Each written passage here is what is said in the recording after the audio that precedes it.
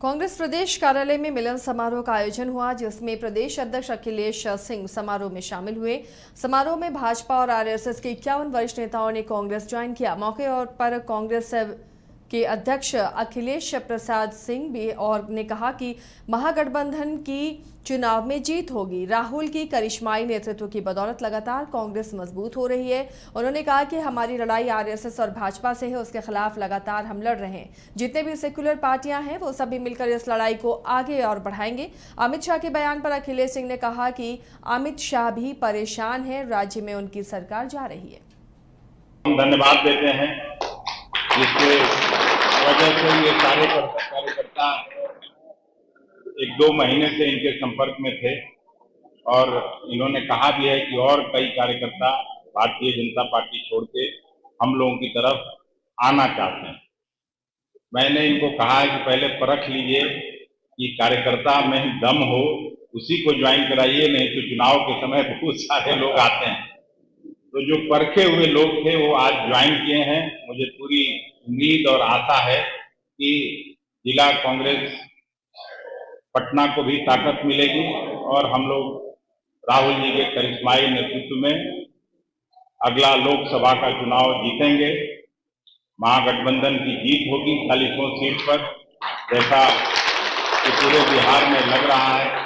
कल ही मैं मगध के दौरे पर था, जिस तरह का उत्साहवर्धक स्वागत नवादा के कार्यकर्ताओं ने किया, उससे उन सबों को मैं हृदय से धन्यवाद देना चाहता हूं कि गया में औरंगाबाद होते हुए, अरवल होते हुए रात के 10 बजे भी कार्यकर्ता साथी सभी उत्साहित होकर हम लोगों का स्वागत किया। सबके प्रति मैं हम पार्टी के राष्ट्रीय अध्यक्ष संतोष सुमन ने जेडीयू के राष्ट्रीय अध्यक्ष ललन सिंह पर जोरदार हमला बोला। संतोष सुमन ने कहा कि ललन सिंह जिस तरीके से अमित शाह पर बयान दे रहे हैं वो कहीं न कहीं ये दर्शाता है कि जेडीयू में बेचैनी है।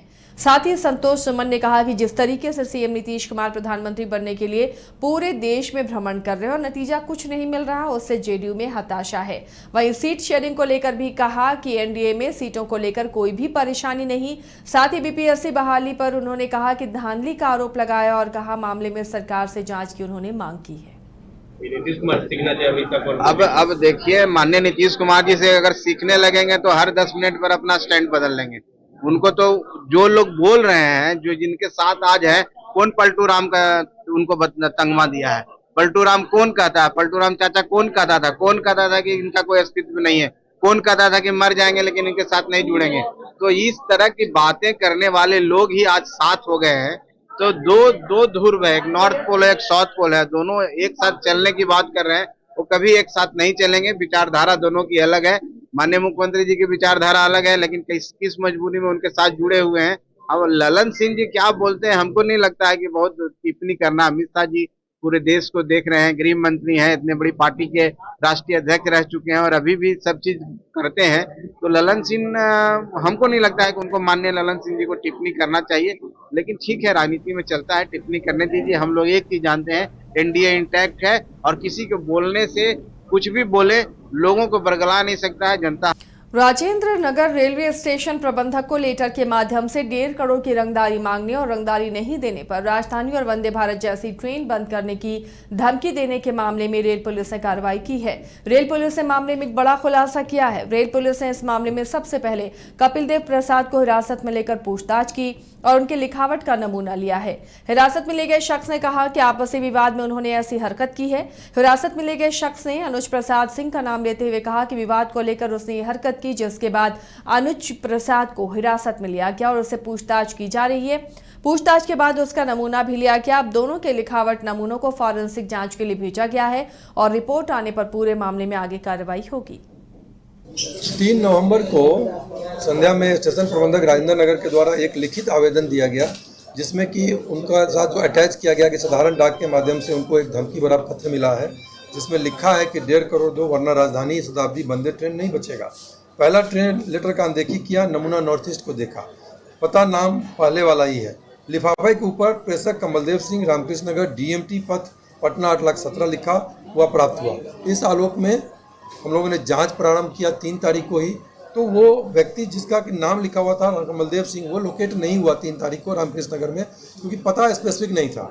4 को पुनः हम लोगों ने उसमें प्रयास किया और कांड, इस सूचना के आलोक में हम लोगों ने रेल थाना पटना जंक्शन राजेंद्र नगर कांड संख्या 1005/23 दिनांक 4/11/23 अंकित किया और हम लोगों ने अनुसंधान प्रारंभ किया। रेल पुलिस उपाधीक्षक श्री सुशांत कुमार चंचल मुख्यालय के नेतृत्व में एक स्पेशल टीम का गठन किया गया और उनके द्वारा त्वरित कार्रवाई करनी शुरू की गई। आसूचना संकलन किया जाने लगा तो एक व्यक्ति का पता चला कि कमलदेव सिंह नाम के एक व्यक्ति रामकृष्ण नगर में भाड़ा पे रहते हैं, किराए के मकान में। उनसे पूछताछ की गई तो उनके द्वारा बताया गया कि उनका हो सकता है कि मनमुटाव, आपसी रंजिश के कारण एक उनके हैं अनुज किशोर प्रसाद, जो कि जलान उच्च विद्यालय में शिक्षक हैं, उनके द्वारा हो सकता है कि इनको फंसाने की नीयत से दिया गया हो। फिर हम लोगों ने जो अनुज किशोर प्रसाद है उनसे संपर्क किया और उनका हम लोगों ने स्टेटमेंट लिया तो उनके द्वारा बताया गया कि उनके द्वारा नहीं लिखा गया है और ये वो एक अलग कहानी बताने लगे कि एनजीओ में दोनों काम करते थे तो इस कारण से उनको हटा दिए, तो वो हमको फंसाने का कोशिश कर रहे हैं। तो इस तरह का दोनों का आपसी रंजिश से संबंधित तथ्य आए।